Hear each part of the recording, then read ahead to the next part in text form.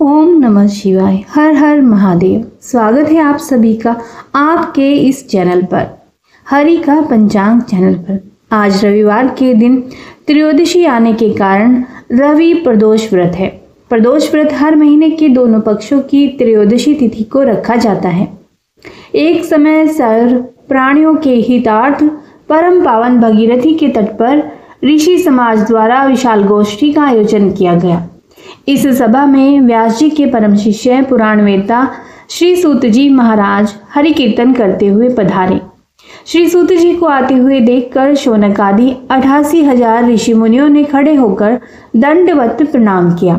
महाज्ञानी श्री सूत जी ने भक्ति भाव से ऋषियों को हृदय से लगाया और आशीर्वाद दिया। विद्वान ऋषिगण और सब शिष्य आसनों पर विराजमान हो गए। शौनक आदि ऋषि ने पूछा, हे पूज्यवर महामते, कृपया यह बताने का कष्ट करें कि मंगलप्रद कष्ट निवारक यह व्रत सबसे पहले किसने किया और उसे क्या फल प्राप्त हुआ था। श्री सूत जी बोले, आप सभी शिव के परम भक्त हैं। आपकी भक्ति को देखकर मैं व्रती मनुष्यों की कथा कहता हूँ, तो ध्यान से सुनिए। आइए श्रवण करते हैं रवि प्रदोष व्रत की कथा। रवि प्रदोष व्रत की कथा के अनुसार एक गांव में अति दीन ब्राह्मण निवास करता था। उसकी साध्वी स्त्री प्रदोष व्रत किया करती थी। उसे एक ही पुत्र रतन था। एक समय की बात है, वह पुत्र गंगा स्नान करने के लिए गया।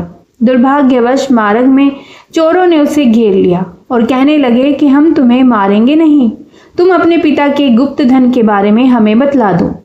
बालक दीन भाव से कहने लगा कि हे बंधुओं, हम अत्यंत दुखी दीन हैं, हमारे पास धन कहाँ है। तब चोरों ने कहा कि तेरी इस पोटली में क्या बंधा है। बालक ने निसंकोच कहा कि मेरी माँ ने मेरे लिए रोटियां दी हैं। यह सुनकर चोरों ने अपने साथियों से कहा कि साथियों, यह बहुत ही दीन दुखी मनुष्य है, अतः हम किसी और को लूटेंगे। इतना कहकर चोरों ने उस बालक को जाने दिया। बालक वहां से चलते हुए एक नगर में पहुंचा। नगर के पास एक बरगद का पेड़ था। वह बालक उसी बरगद के वृक्ष की छाया में सो गया। उसी समय उस नगर के सिपाही चोरों को खोजते हुए उस बरगद के वृक्ष के पास पहुंचे और बालक को चोर समझकर बंदी बनाकर राजा के पास ले गए। राजा ने उसे कारावास में बंद करने का आदेश दिया। ब्राह्मणी का लड़का जब घर नहीं लौटा तब उसे अपने पुत्र की बड़ी चिंता हुई। अगले दिन प्रदोष व्रत था। ब्राह्मणी ने प्रदोष व्रत किया और भगवान शंकर से मन ही मन अपने पुत्र की कुशलता की प्रार्थना करने लगी। भगवान शंकर ने उस ब्राह्मणी की प्रार्थना स्वीकार कर ली। उसी रात भगवान शंकर ने उस राजा को स्वप्न में आदेश दिया कि वह बालक चोर नहीं है, उसे प्रातःकाल छोड़ दें, अन्यथा उसका सारा राज्य वैभव नष्ट हो जाएगा। प्रातःकाल राजा ने शिवजी की आज्ञा के अनुसार उस बालक को कारावास से मुक्त कर दिया।